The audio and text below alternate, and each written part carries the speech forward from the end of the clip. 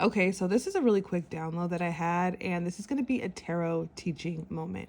Now, a lot of times we were talking about, like, I want to get in alignment. And when people are saying that they want to get in alignment, there's a lot of spiritual talk about that. All that means is they want to be in the flow of the highest good for their life. They want to feel like things are synchronistic. They want to feel like they're on path, that they're in purpose, whether you want a spouse, a house, or, you want to build an empire. And the way that we get in flow with the universe is being attuned to the right frequency.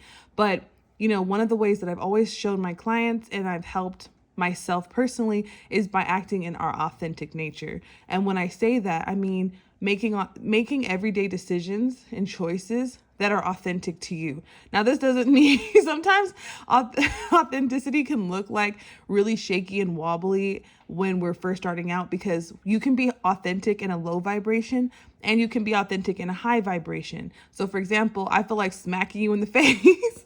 Sometimes we do that, but we learn as we go, so please take this as it resonates. But with the Four of Cups that we have here, you see how she's dissatisfied? Four, the energy of the number 4 in numerology represents being at, a stable place where you have just enough, maybe just enough food, just enough health. Nothing's terribly wrong, but there's this extreme dissatisfaction, because when 4 can also represent survival, it's like we just have the legs on the table, but we don't got no chairs or we don't have no food. And the energy of 4, sometimes you see how she's dissatisfied and these cups are empty.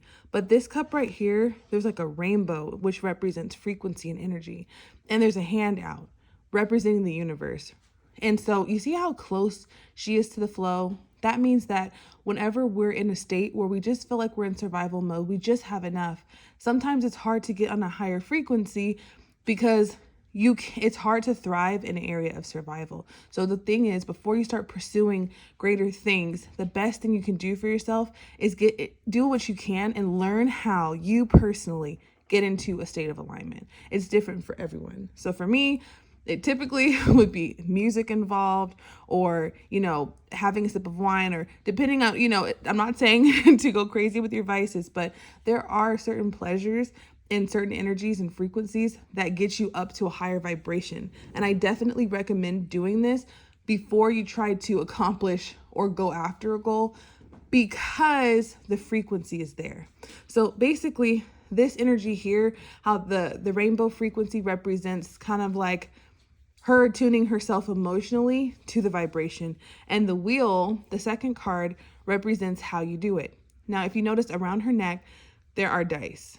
And the wheel sometimes is a tricky energy. To me, it's always dealing with Jupiter energy, but every reader has their own interpretation.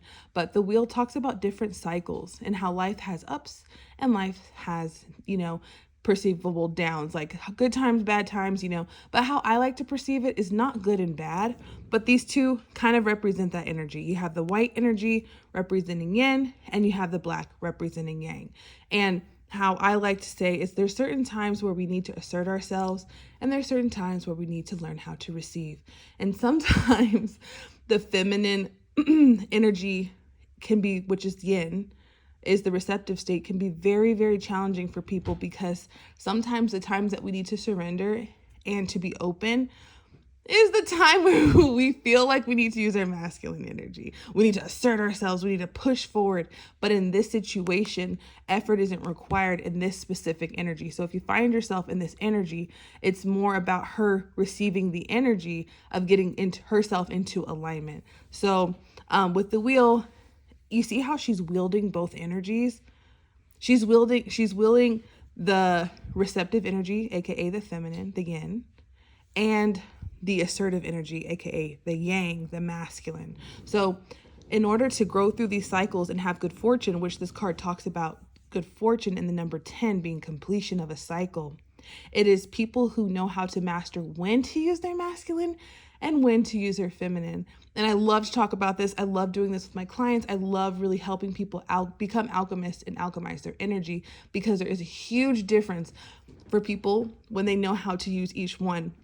And if you find yourself in a low state, forcing yourself and using masculine energy in this particular Four of Cups energy is best aligning yourself first and doing action.